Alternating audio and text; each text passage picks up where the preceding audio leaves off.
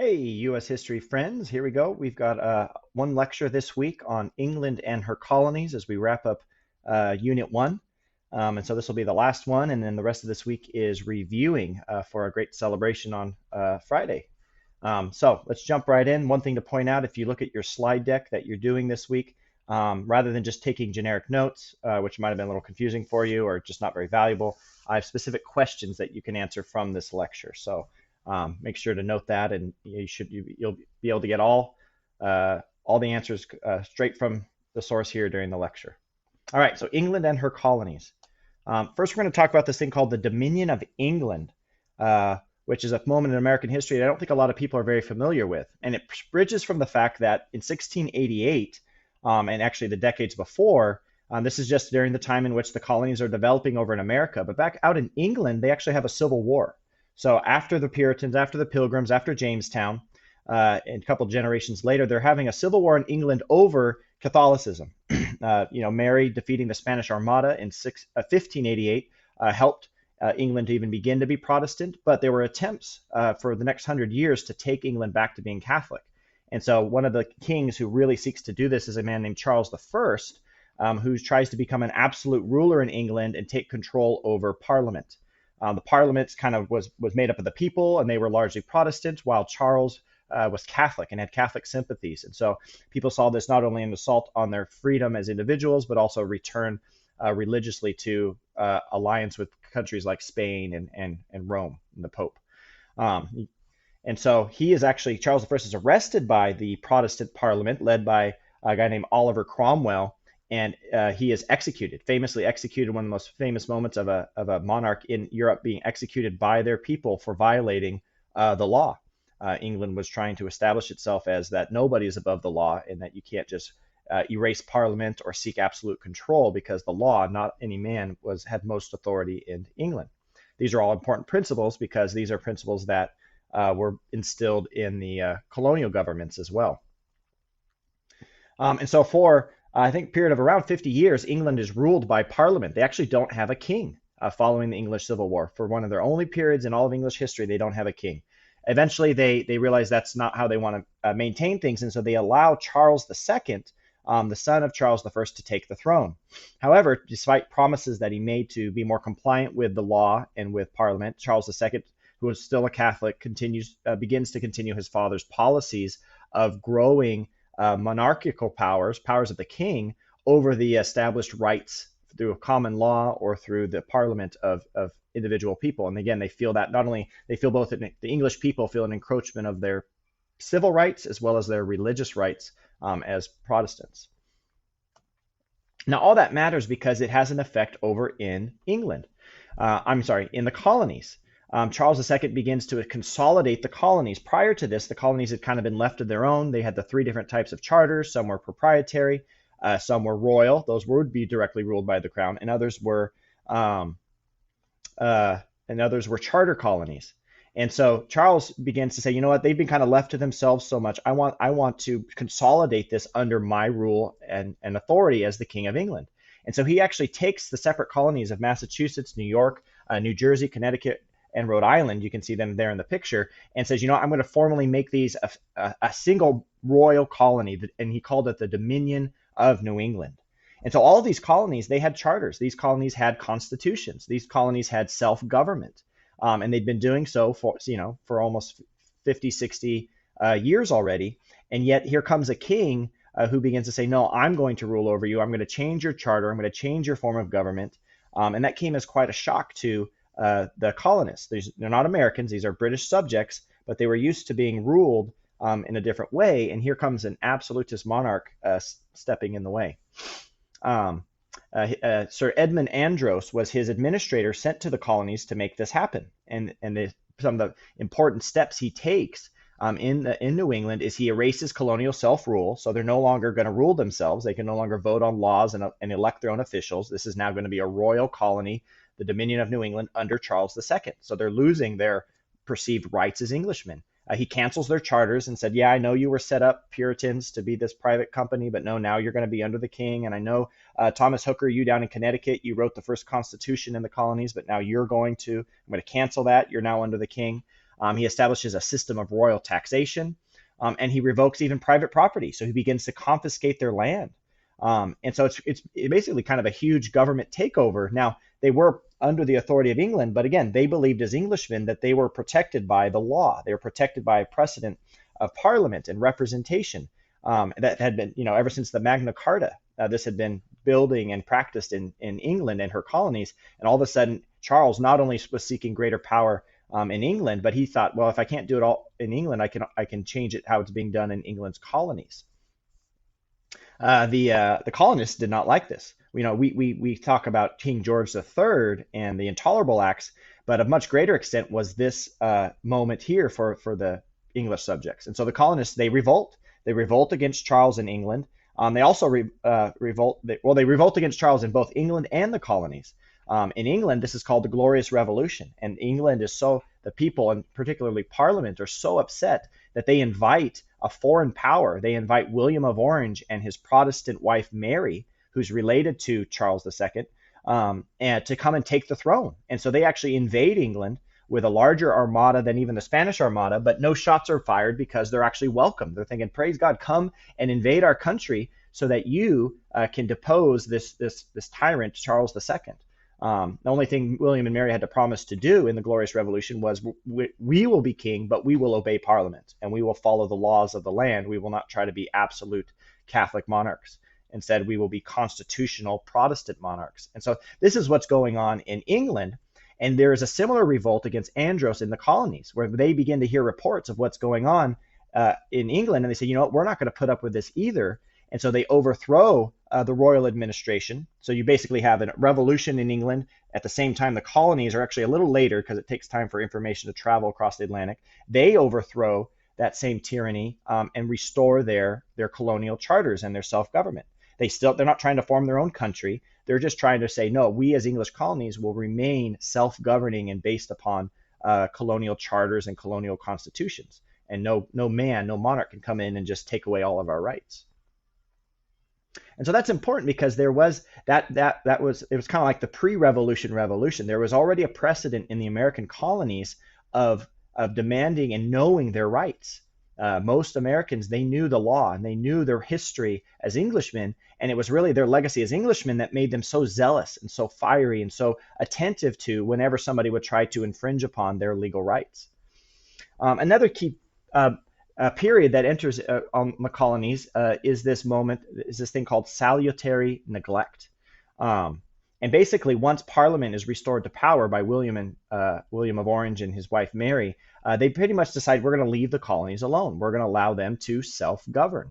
And so, one, it was just very far away, and also England was busy establishing colonies in other parts of the world. And so they pretty much left the colonies to themselves. They said, here's your charters back, here's your self-government, govern yourselves. And so a lot of times there were different laws and things that would be passed by the British Parliament in England, but they wouldn't enforce it in the colonies. They kind of let them get away with a lot because they seemed pretty much like they could handle themselves. They were very, again, self-governing. One example of this that I note here is they had this thing called the Navigation Act, where certain colonies were only allowed to trade with England. However, they excluded the American colonies from that in order to just allow them greater freedom and not to upset them, and because they didn't find it necessary to enforce over in England. So that, yeah, like it says at that bottom point, they really thought that the easiest management was leaving them to themselves. You can read the little quote there, but it summarizes the idea that England just kind of started to turn a blind eye to the colonies because, you know what, they said these guys are okay, that we don't need to monitor them. Let's leave them to themselves, and that if we leave them alone, they're actually going to be most prosperous. Here's Edmund Burke, who famously, summarizes what salutary neglect is. The colonies in general owe little or nothing to any care of ours. They are not squeezed into this happy form by the constraints of watchful and suspicious government, but that through a wise and salutary neglect, a generous nature has been suffered to take her own way to perfection. When I see how profitable they have been to us, I feel all the pride of a power sink. Feel all pride of power sink. So what he's basically saying is the colonies became prosperous, the colonies became successful because they were left alone. They were allowed to work and earn and achieve and keep for themselves. And England was not looking over their shoulder, controlling every action, changing every law, taxing every profit. They were kind of leaving them alone. And that word salutary means it was a healthy neglect. By leaving them to themselves, they were able to grow more healthy and more prosperous and be more innovative. And the colonies were actually the quality of life and the quality of income was higher in the colonies than those back in England. And so Edmund Burke is saying, you know what, they really thrived by the fact that we left them alone. And they thrived not because of anything we did, but because of everything they did. That's what that last part he says. When I see how well they're doing without us, I don't, there's no more room for us to be prideful. They did it themselves. Robert Walpole, another prime minister of England, said if no restrictions were placed on the colonies, they would flourish. And so again, just this idea that the colonies were really a success or a good example of what can happen with self-government, that the Americans and the colonists who went over there were left to their own devices to survive and to come find out what works. And without a lot of government, the self-government worked. And the more they kind of kept restrictions off of them, the better they did. So kind of the exact opposite of what Charles II would have done if he'd formed them into a royal colony or a royal dominion. And so that takes us to a moment when this changes, and that is the French and Indian War, which is could also be thought of as World War Zero, because it's kind of the first war that's fought on multiple continents around the world. It's also known as the 7 Years' War. But actually, a lot of people don't realize this is a war that's going to be between France and England over territories around the world, but also in North America, with the French controlling much of what we today is Canada, and the Americans controlling the British controlling the East Coast. But it all started, even the whole world global conflict broke into the open over a battle in the Ohio River Valley. And actually, the first shots fired were very likely fired by the forces led by America's own George Washington, who was a commander or an officer in the British Army at the time. And so it starts with an ambush of 10 French soldiers by British forces. Fighting breaks out, and next thing you know, that spark creates an open warfare where they say, all right, we've been kind of testing each other over who can gain more territory around the world, and it breaks into an open conflict to see who would control these various regions, not only in North America, but around the world, but definitely fought in between the British colonies and the French colonies in North America. There you can see the territorial ambitions of each country. You see France is there in the blue, controlling Canada, but not just Canada, the Mississippi River, all the way down to Louisiana. The whole, even named for King Louis, that New Orleans, that you have that, I'm trying to remember what the word is, but you have a lot of French being spoken down there. New Orleans was a region in France because that was initially all French colonies. And then, of course, England only had the coastal colonies of the original 13. And so this was basically a battle to see who's going to control North America. Though you see Spain was also there in the south, but they weren't involved too openly in this conflict, at least not as we'll talk about. And so at this point, the colonists are British, and so they fight alongside their British subjects. They're not they would not have been able to fight the French on their own. So the British sends a massive army over to engage in the fighting. And so this is where a lot of the colonists get their first experience in war. They get training, they gain confidence through combat and experience, and as well sacrifice. And they many of them die in the service of the British, trying to save their colonies from the French. But again, it's important. Washington and the quote unquote future Americans were fighting alongside of the British against the French because they still just saw themselves as British subjects. They didn't see themselves as anything different than that. The war at first goes the way of France, but eventually the tide is turned when William Pitt takes over as Prime Minister of England, and eventually, long story short, the British win the French and Indian War. And they signed the Treaty of Paris in 1763, which gives, you can see the transition there, England total control of North America. This is why, control of North America. And this is why, Canada, we think of Canada, they speak English there. We think of them as even an ex-dominion of England. that's only because of England's victory in the French and Indian War.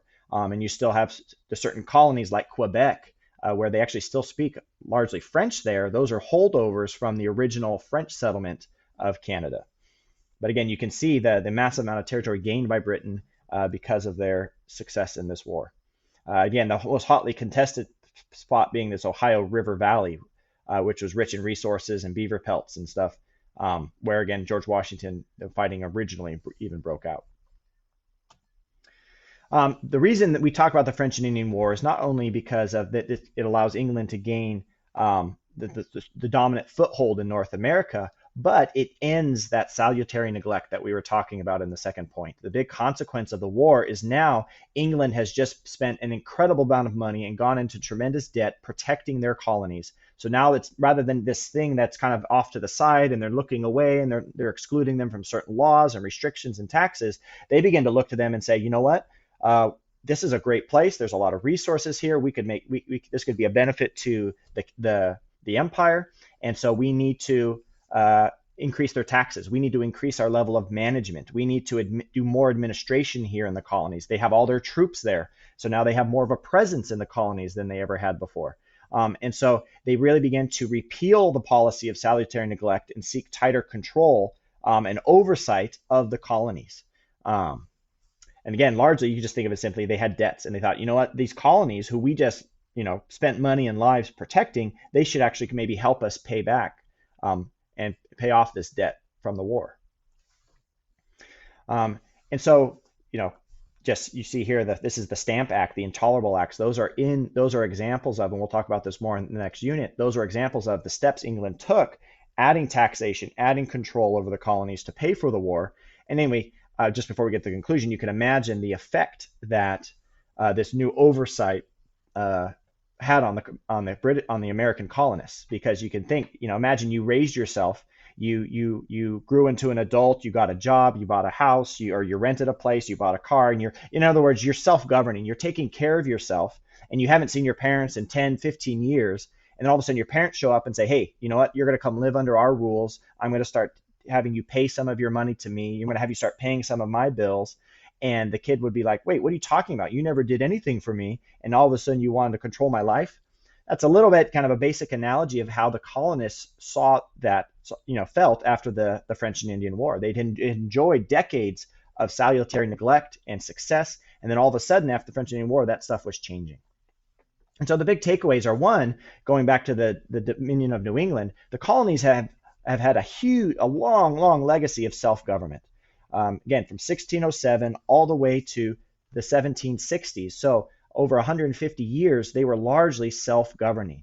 And not only that, but they had kind of fought and resisted once during the Glorious Revolution to kind of reassert their rights as Englishmen, the rights of law over the encroachments of monarchy and despotism and tyranny. And traditionally, salutary neglect, they were used to being minimally governed. They were used to being able to do largely whatever they wanted within their own constitutions and charters. And so the change in policies following the French and Indian War, that was really kind of unbearable for the colonists. It's one reason why they were extremely sensitive. Both of these reasons, their legacy of self-government and the fact that they had kind of fought for that in the past in the 1688, and the fact that then now that was being changed on them following the war, really ignited a sense of indignity and injustice following the French and Indian War. And so if the Great Awakening was kind of a spiritual roots of the American War for Independence, the French and Indian War really creates the change in government policies of England that starts to tick off the colonies. And they basically say, you know what, we're not going to stand by this. And our next unit, we will be talking about the American Revolution, or the War for Independence and the birth of a new nation. All right. Good job. You should be able to answer all the questions from the slides with this lecture, and we'll talk to you soon.